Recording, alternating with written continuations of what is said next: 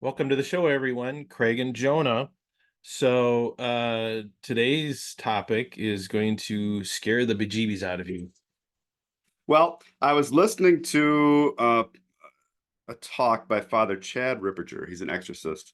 And And I think, just for context, I believe he's a member of the Saint Society of Saint Pius X. oh, really? I didn't know that. I'm sorry. I don't think so. I think he's a fraternal society of Saint Peter. Okay. I think he's What does that mean? so. And you guys will have to fact check me.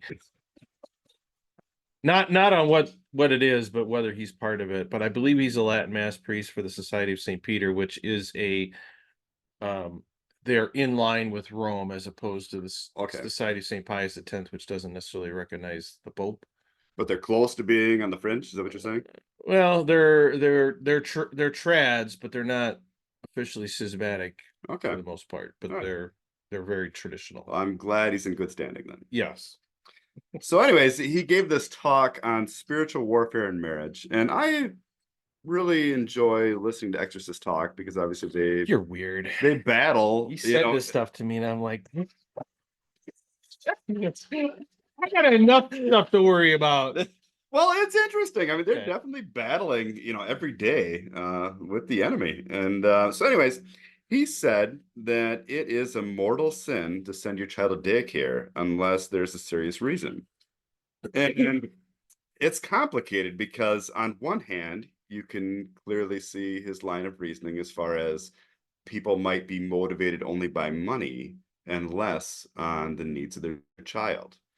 On the other hand, is it bad for like middle class people to have both parents working so they can afford like a home in a nicer area or a new car or to send their kids to Catholic school? Those are complicated situations. And anyways, so I sent that talk to my wife, and Dolores listened to it. And it was a great talk. It was interesting, like thought provoking. But the only thing she got out of it was the marital debt. Isn't that funny? It's like, no, there's a lot more there than that because she had never heard of it before.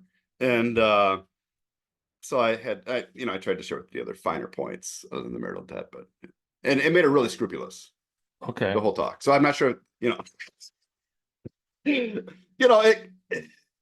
scrupulosity is never a good thing. What's your next question? I can see it. Yeah. I mean, scrupulous if the wife feels like she's obligated to the marital life. Assume that's where you're going. I mean, I'm Yeah, not saying I'm that. definitely against that Well, too. yeah. No, nobody wants scrupulous sex. Is it is it worse than no sex? I don't know. I don't know. I don't know. I know what happens when that happens. Yeah. Pick your poison. Yeah. You know, I there's this tension because if you read like the Saint Alphonsus the Glory types or whatever, and talks about how what an enormous burden and obligation it is for us as parents and as fathers to see our children to heaven. And I get that. Like I think about that.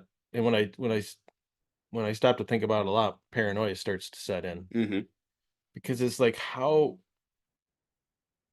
rigid are you supposed to be? Like on the one hand, I'm like, what could possibly be more important for my kids' well-being than their salvation? So you're like, why am I spending any time playing baseball with them or fishing or Hmm. whatever? Hmm. But at the same time, I don't think growing up in a monastery is the right thing.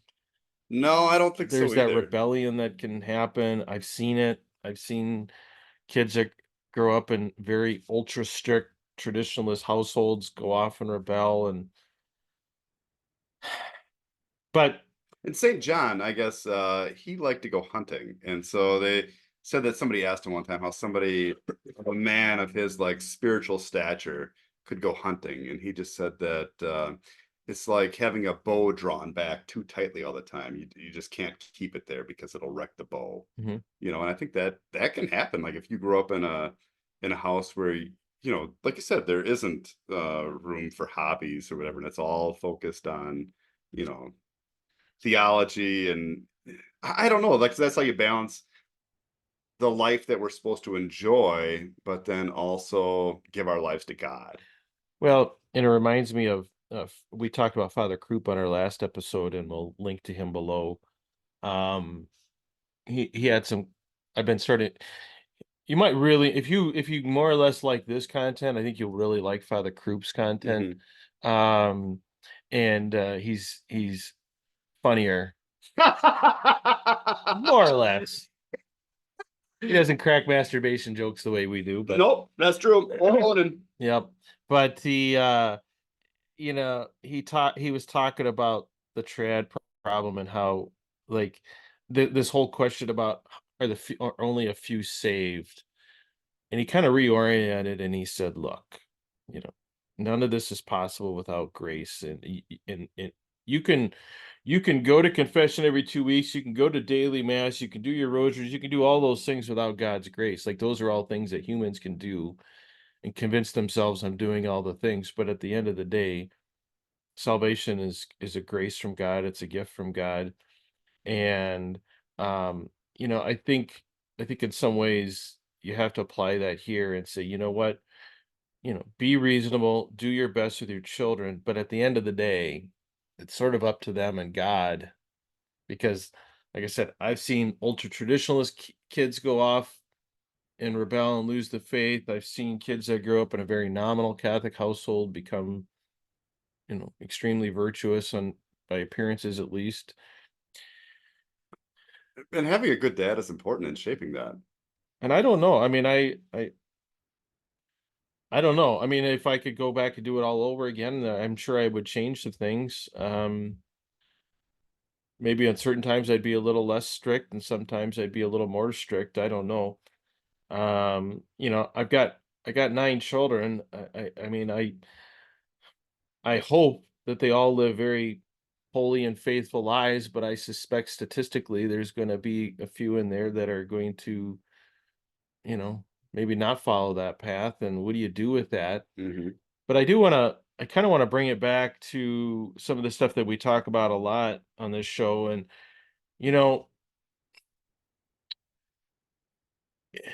there's this strange tension between what we're told, or some would tell us about parenthood, fatherhood, and the sort of how, I guess, accountable we are or could be for our children's um, moral health, and but then on the other hand, there's this very almost lackadaisical, daisical, or um, just kind of randomness open to life. Like,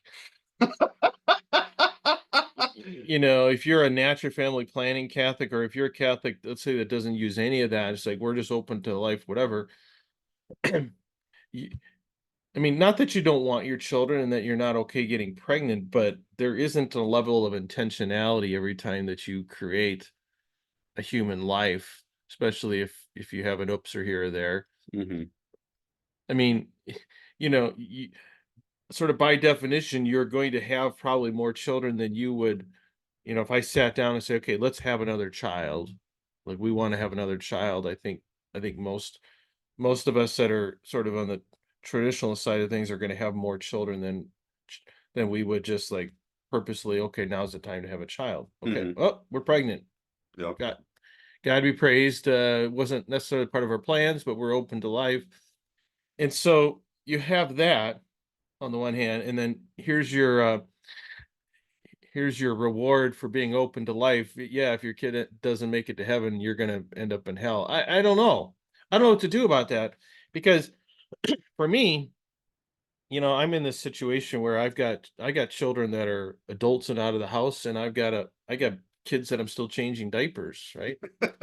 And the three youngest ones we have now, a lot of people are overwhelmed by 3 children. Mhm. In the three youngest children we have occupy 75% of the energy my wife and I have. Just trying to keep them safe and from, fed and clothed and diaper changed and all that. And that that takes away from what I can do for my teenagers when they probably need me more than ever. hmm And I'm not using it as an excuse, but I'm just telling you, my teenagers have less of a dad available to them because I'm hmm having to deal with, to take care of the younger children. And I will say this too, for us, this is very, very, I would say functional, but we have a small house. Um, we do not have a house that's large enough where the whole family can be in one room together. Like we are by definition spread out. Children end up in their rooms. They got their phones and stuff like that. I mean, I'm not, but if if we had more money, I would put an addition onto our house that I believe would foster an environment in our home that would you know be beneficial to our children. But you know, the realities of life are such that we don't have that and one of the reasons for that is we have so many children. That's all. Yeah, Uh, it all affects each other. Yeah. yeah, I mean, if you're giving people instruction that's going to result in them having 5, 6, 8, 10, 12 children, that has a practical effect on other parts of the household hmm that impact how the children get through certain phases of their life. That is difficult. I never thought about that. Like, so I grew up in a house where there was only me and my sister, Mhm. and I spent a lot of quality time with my dad, and it was really important. Like, my dad definitely taught me a lot. We spent a lot of time milking cows together, but we also went fishing and played catch and that sort of thing. Mhm. But you're right. I can't imagine what it would have been like if they had had like 10 kids. It would have been a lot. It would have been a much different upbringing for me. Yeah, I mean, and I'm not saying it's I'm not saying bad, right or wrong. but there is a price to be paid. Like the- there is a price paid to the household for this type of life that, you know, I think we can't ignore. Um, in we get a lot of grief over on Twitter for bringing Thomas Pelega on. Um, got blocked the other night for it. Um, but Thomas was on a podcast recently, and I'll link to that below, or Andy linked to that below. He was now granted, it was on a YouTube channel of a former traditional Catholic who I think more or less describes himself as agnostic at this point, Oh, really? but is very, very polite and articulate. I think there's a good chance that we'll have a interview together sometime. But they were talking, and they were kind of wrestling with some of these same issues. And one of the I don't remember if it was Thomas or the other guy said is, you know, if you look at, let's say, a traditional Catholic that's not using NFP or whatever, and let's say a Catholic that's using birth control but has children, there is a level of intentionality that goes with, okay, we're going to stop using the pill. We want to have a child now. We're going to have a child. Like there's a purposefulness that goes into creating that child hmm that doesn't necessarily exist. For sure. And maybe that distinction is irrelevant, but it's Unless a you just practice NFP perfectly and it's yeah. 99.999% effective. Yeah, I'd like to see that person. Maybe Christopher West, I think they had 4 or 5 children. But I think for the most of us, we're good, but we're imperfect. And um I mean I couldn't help but ignore that, especially within the context of this Father Rippinger and others who remind us of the great, great responsibility we have as parents. Not only are you have to work out your own salvation with fear and trembling, now you gotta like help 9 other people get hmm there and your spouse. Whew. Yeah, It's no wonder people ran off in the desert and became made themselves eunuchs for the sake of the kingdom. it's true. And is that what we should do? It's too late for us, but Yeah, we're too far into the game. but that guy Daniel on Twitter, he might want to consider that. Yeah. That poor guy. I Oh, feel bad for him. oh my. I You just, can see the mental anguish. yeah, I don't know. I mean, I just think we have to come to grips with this reality. Like there is a tension. There is a tension between these two very, I would say, very common Catholic positions that um I don't think I don't think most Catholics have a real good answer for. Now, does that mean that God is not going to hold us as responsible for our children's outcome as we thought, or it, if that is the standard we held, is God going to be okay with us being more selective about how and when we procreate? I don't know. What's You're supposed to worse? do it all. Yeah, I mean, what's more spiritually damaging, using birth control to only get pregnant when you absolutely want to, or, you know, uh, procreating a bunch of children that end up in hell someday. I don't know. I would just say trust in God's mercy because that's all you can ever do. I don't know. I hope that those extremes aren't reality, but some would say it is I reality. mean, I see why there's people that think there's like 10% of souls in heaven, but I think that's a high estimate for some people. it sure seems foreign to the good news of the gospel to me. Yeah, like Uh, I just don't see that as being the good news either. Well, one of you might be safe. yeah. So I don't know. These are things that I wrestle with.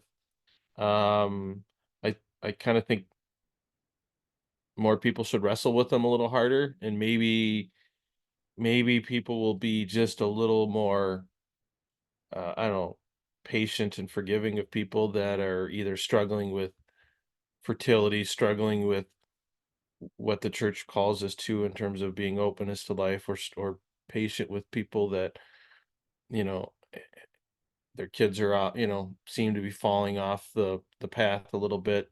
Yep. It's hard. This is hard, hard stuff because just trying to get our own crap in order is Mhm. hard. Like, we spent a lot of time on this podcast just talking about Catholic men themselves, your marriage, just trying to like work on your marriage and have a good marriage is a lot of work. That takes a lot of time, an extreme amount of time, Abs- more than we devote.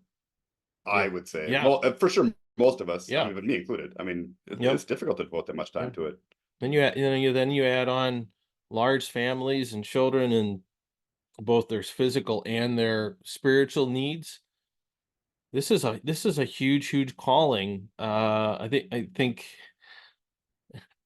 it's come up in conversation recently about celibacy versus marriage. I feel strongly that, not that celibacy in the priesthood is easy, but this is heavy, heavy, hard stuff that I think maybe we just don't give ourselves enough grace and don't give other people enough grace for when they just don't necessarily have it all together, because whew, Yeah,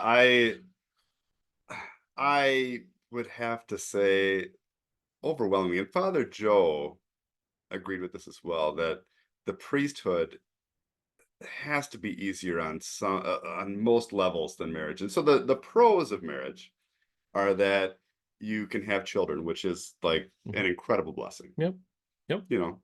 And you have a partner that you can communicate with. But the problem is that for most people, your spouse is the last person you want to communicate with sometimes. Like hmm, there can be tensions that arise and yeah. it isn't always pretty. And that leads to a loneliness that a priest can't even imagine. I think loneliness in marriage is probably worse than loneliness, you know, when you're alone.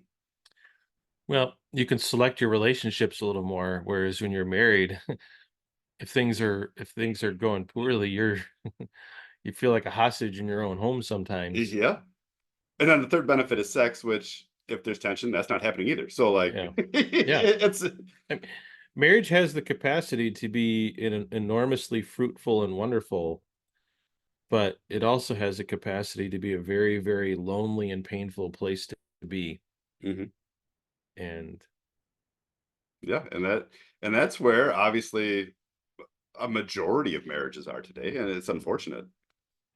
And it makes me sad to the extent that we as Catholics are in any way adding to that Hmm. through. Yep, well, our divorce rates are the same. Yeah. It's hard enough as it is, but to the extent that we see, I don't want to say misinformation or inconsistent information out there on how couples are supposed to live their lives, um, can very much add to that burden. And I would say that growing up for myself, growing up in a strong family was a great benefit to me. Hmm. There was very little conflict in my house growing up, and it Hmm. gave me uh, I grew up with a positive attitude and just a lot of confidence that Hmm. I think if you grew up in a negative household, you might not have. But it was a great strength for me. I know growing up in a good family was a great strength for me. I was very blessed. Hmm. And you and I both grew up in smaller households too, so I don't know. Oh, yeah. Because how many siblings do you have? My brother and I, and then there's a big gap. So I was a teenager when Oh, the next two were born. So we were more or less two kids for a long time hmm. too.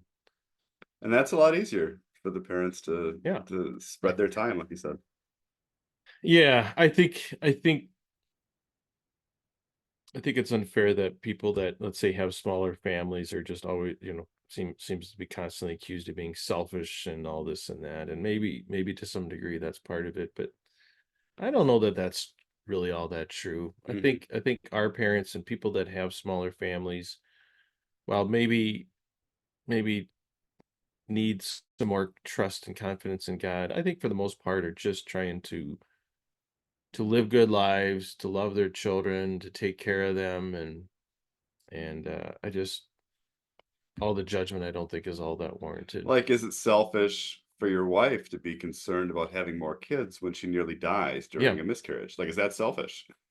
I don't think so. But I think for from the some it traditional point of view, they would say it is. yeah, And that's really messed up. I mean, it is. I agree. I agree. So, I don't know. I it's hard to when you're trying to like balance all these different ideas and you hear these different schools of thought. Once you kind of feel like you got it figured out, then then you hear this, you're like paranoia sets in again, and Because if people are going to hell over working, I mean, yeah. a Yeah, lot of people are in serious trouble. yeah, and just a reminder here, like those of us that are having these kinds of academic conversations are already in a very, very small minority piece of the population. But then for But maybe the ignorance is saving the that's population. true because they have to have full knowledge and full consent. And I mean, so for a guy to say, it's a mortal sin, they'd have to be fully aware of that. Yeah, And maybe he's doing his best to spread the good news there. yeah.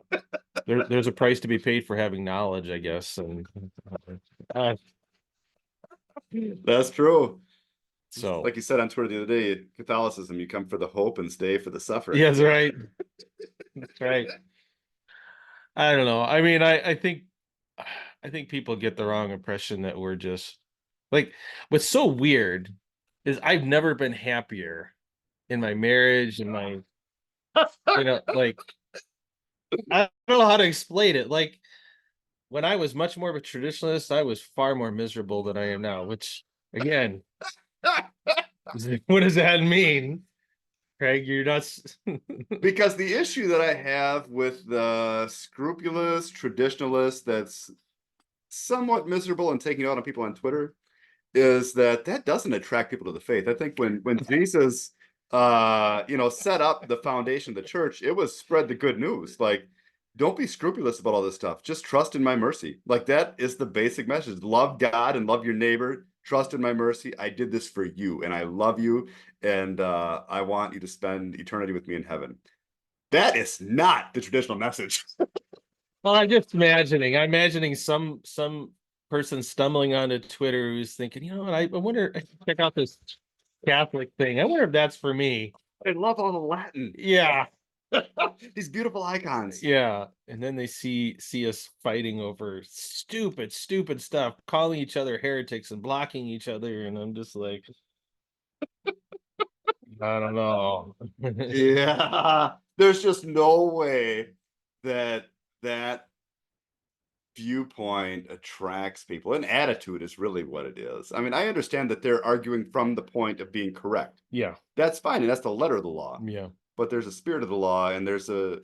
a way to meet people on their terms that I think God is willing to do. I think that anybody who asks God for help or asks God to reveal Himself to them, I think God will hear that prayer more time, every time. I think, and there's just no traditionalist that's telling like people that they do not like to join them in mass Yeah, or, yeah.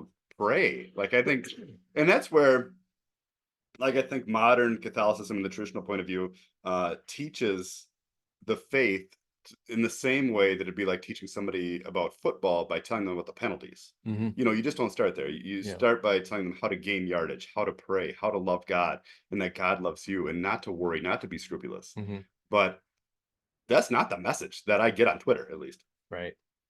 Yep. Yep, I totally agree. Um, so I don't know. We're here. We continue to try and add our strange little voice to the discussion. We're crying out from the wilderness. Yeah. So we're nothing if not authentic, and not, we're not everyone's cup of tea, and that's okay. But But we welcome any opinion or viewpoint to come on the show and explain themselves. yeah, it just turns out that some people are more willing to come on the show than others, and it's not it's not for lack of effort on our part. Hmm. So I don't know. I think if you think that people are platforming viewpoints that you find disagreeable, then take us up on it and come on and share, share your piece. And we'll be very charitable. We've Yeah. never argued with anybody Oh, well, have we- on Twitter, but I mean, on like Twitter. in a conversational way. Yeah, we I mean, you're not going to find a more, I don't know, just, uh, we'll treat you right. Like Yeah. we may not disagree with you. And even when I disagree with people, I guess I get criticism. I bring Thomas Peleg on. I don't. There's a lot of things about Thomas that, Yeah, we don't agree with everything he says. but I don't think it's my job to like fact check him and push back every time he says something Hmm. I disagree with. Like That's let him. true. People do feel the moral obligation Yeah, to push back on everything. yeah. I don't think that's warranted, and I don't think that fosters a productive conversation between people. So yeah, come on, do it. We'll give you a chance to talk. We'll ask questions. We'll make jokes. Um, but I think we need more of this Hmm. than the other stuff And that's all less out there. Latin and prickly dialogue. Yeah, there's plenty of that out there. So So come and join us. yeah, so if you like the content, please like and subscribe. Go follow us on Twitter. Send us a message. You can email us really anytime. Uncharted Catholic Man at gmail.com is a good way to get a hold of us. We're working hard to get over 1 million subscribers. Yeah, we're gonna need a little multiplication of the loaves of fishes here, I think. Someday. You and I are gonna have to be eating a little better, probably. Hey, do the ice plunge. Yeah, maybe that's what I need to, so I can still be doing this at age 145. We'll have accrued all kinds of wisdom by I hope so. then. I'll have about 95 children. So you're saying multiple wives, or perhaps the longevity will also affect your wife's fertility? I'll wear her down eventually. I suppose it could be like in the Bible with Yeah. Abraham and Sarah. Yeah. Yeah, that'd be my wife's luck. She'll be 80 or 90 years old. still ovulating. Still have to worry about it. Yeah. Well, if you can keep it up at age 125, we'll be proud of you. Yeah, that's probably unfortunately for me, the last thing that'll fail. So Or due to the advances in modern medicine, maybe it'll be fine by then. yeah. Come on, Elon Musk, get that chip going. Oh man. All right. Well, All right. thanks for listening, everyone. Thank you, Jonah. You And bet. until next time, everyone, Bye. have a good one.